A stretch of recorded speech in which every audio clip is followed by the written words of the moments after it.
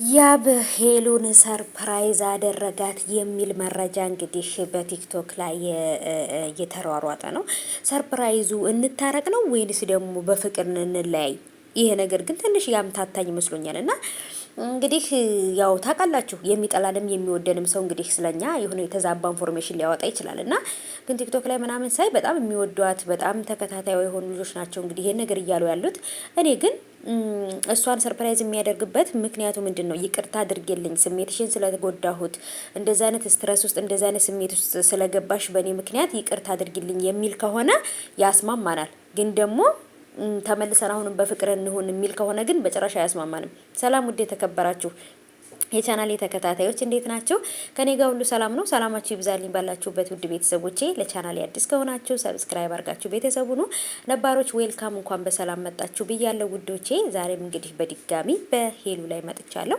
እንደምታውቁት እንግዲህ የምትወዱትን ሰው በነገራችን ላይ ደስታው ያስደስታችኋል፣ የሆነው ነገር ሁሉ ያስደስታችኋል ብዬ አስባለሁ እና ሄሉዬ በጣም ስለምወዳት የሷ ደስታ ያስደስተኛል። በያብም ሆነ በእንዳልክም ተመልሼ እመጣለሁ። በሷ ላይ ብቻ አይደለም በብዙ ነገሮች ላይ አስተያየት መስጠት እፈልጋለሁ። ምክንያቱም አንዳንድ ጊዜ እኛ የተመለከትነው ነገር አስተያየት ካልሰጠንም ትክክል ነን ብለው ስለሚያስቡ ማለት ነውና ስለዚህ ያብ እንግዲህ ይቅርታ አድርጊልኝ ብሏታል። ያብና ሄሉ ይታረቃሉ።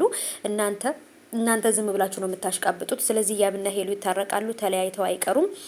ጥላቶቻቸው ድብን ርር በሉ። ሰርፕራይዝ አድርጓታል፣ ይታረቃሉ እያሉ አይቻለውና በነገራችን ላይ ማንም ሄሉና ያብ ጥላት የላቸውም። ለምን ታውቃላችሁ? ራሳቸው ተስማምተው ተፋቀሩ፣ ራሳቸው ተስማምተው ተለያዩ። አይ ዶንት ኬር በቃ ምንም ማድረግ አንችልም፣ አይመለከተንም አይደለ? ለምን እኛ ሲጣሉ ለምን ተጣላችሁ፣ ሲታረቁ ለምን ተታረቃችሁ፣ ምክንያታችሁ ምንድነው? የኛ በቃ አባባል ወይንም ደግሞ የኛ ስራ ይሄ ብቻ ነው። ምክንያቱም እነሱ አብረው መሆን ካልፈለጉ ያልተስማሙበት የራሳቸው ምክንያት ስላላቸው በእነሱ ህይወት ውስጥ መግባት አንችልም። እና እንግዲህ ሰርፕራይዝ አድርጓታል። ሰርፕራይዝ ያደረገበት ምክንያት ምንድነው? ምንድነው የተፈጠረው? በራሳቸው ቻናል ላይ ሙሉ ቪዲዮ ሲለቀቅ በደንብ አድርገን የምናይ ይሆናል።